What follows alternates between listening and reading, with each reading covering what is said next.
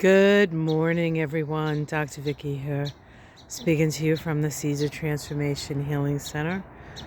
Today is Saturday, the 24th of May, and the moon is in Aries, moving into Taurus, I believe around 1:30 here on the east coast of the U.S., maybe a little past that. So today is a big day. We have a couple of major aspects happening and an ingress. Ingress means that a planet is moving into a new sign. So let's talk about the aspects first, and then we'll get to the ingress. Many of you may already know what that ingress is, but I'll keep you in suspense. We finally have some sun after days and days of clouds and some heavy rain and cold temps. It's not going to get too warm today, but I think the high is going to be 60, which is great because the high in the last few days was, 50 and rainy and wet and cold and not particularly pleasant. But it's okay because it's the spring. And with spring rain comes flowers. And we have our hydrangea, our climbing hydrangea, starting to flower out a little bit. Still has a ways to go. The irises survived the storm. They still are standing tall, as it were. And it looks like the pansies really enjoyed themselves with the rain, which we would expect because they're sort of cold temps. They like the cold temps. And it looks like our little planting here is, those white flowers are looking beautiful. I forget what they're called. They are annuals, though. If I can remember to look, I'll let you know what those are called. And then there's sedum in the bottom and some pansies. I'll have to pull off those pansy flowers, deadhead them a little so that they grow. And then behind the white flower, you have a little lobelia, which is one of my favorites. Oh, and some of the irises here are popping up. All right, so let's talk a little bit about the astrology now that we looked at the flowers.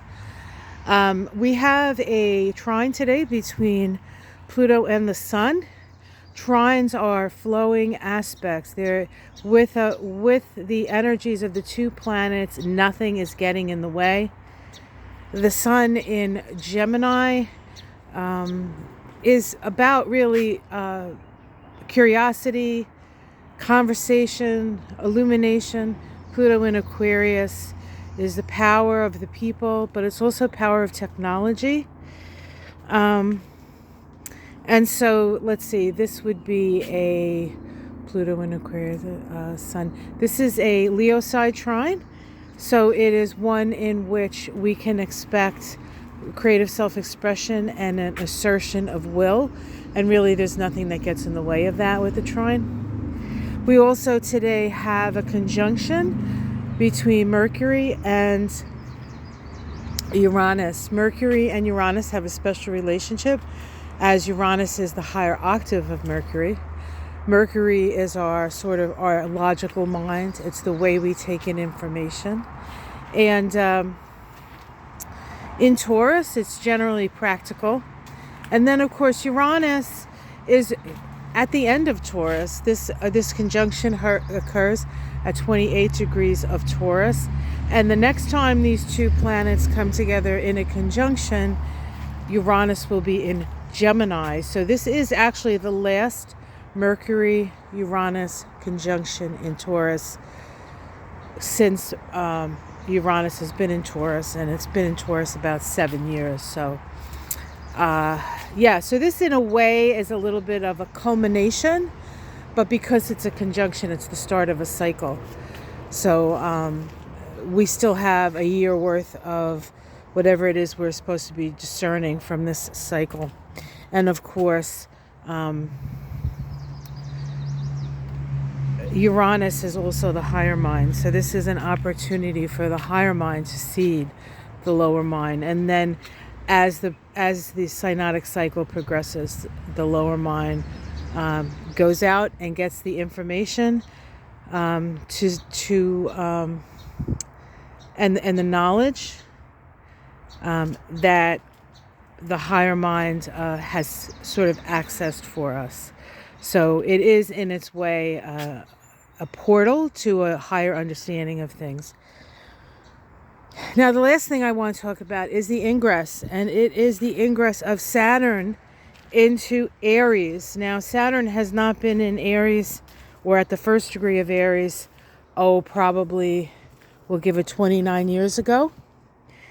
And so we're talking about the 90s, 1996, I believe. And so it's almost like the 90s are having their Saturn return, which is very interesting. I actually had a great time in the 90s. So that was when, I was just opening my practice, and my practice was running, and I was doing my thing. The 90s. So now I'm doing this thing. And I think we're all practicing something, right? So, Saturn in Aries.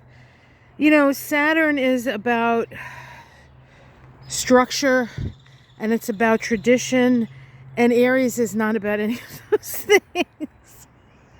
So it's a time, it's when we are sort of planting seeds for a new cycle of Saturn. The cycle of the 90s has come to an end, and now we have the cycle of the 2020s coming into existence, as it were, starting a new journey. But Aries is an energy of the I am. It is who are you, and with Saturn in Aries, we're going to be exploring that. So this here is blackberries. We already have some flowers on the blackberries. These are crazy. These grow wild here. Well, I grow wild here. Everything grows wild. Can you see? So after many days of rain, everything is like super tall, super big, super.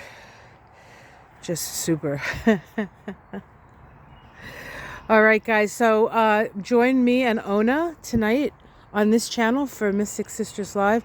We will be talking about Saturn moving into Aries. We'll get into that a little bit. We have our WTF question. And of course, we will talk about, I'm standing here. Oh, look, see that? I believe, I don't know what that was. It might have been a great blue heron. Kind of looked like that. I didn't have the right angle to see. Big wingspan, though.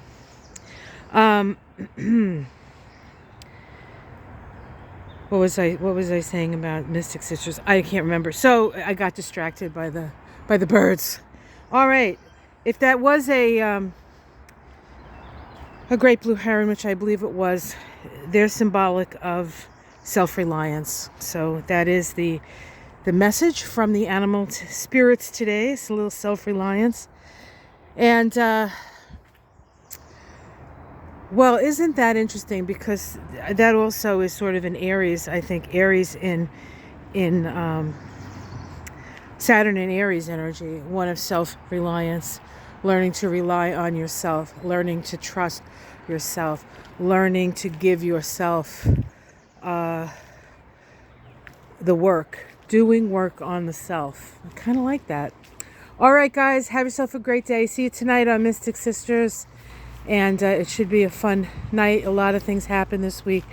We'll talk about it. And I'll see you then. Take care, everyone. Have a great day. Namaste.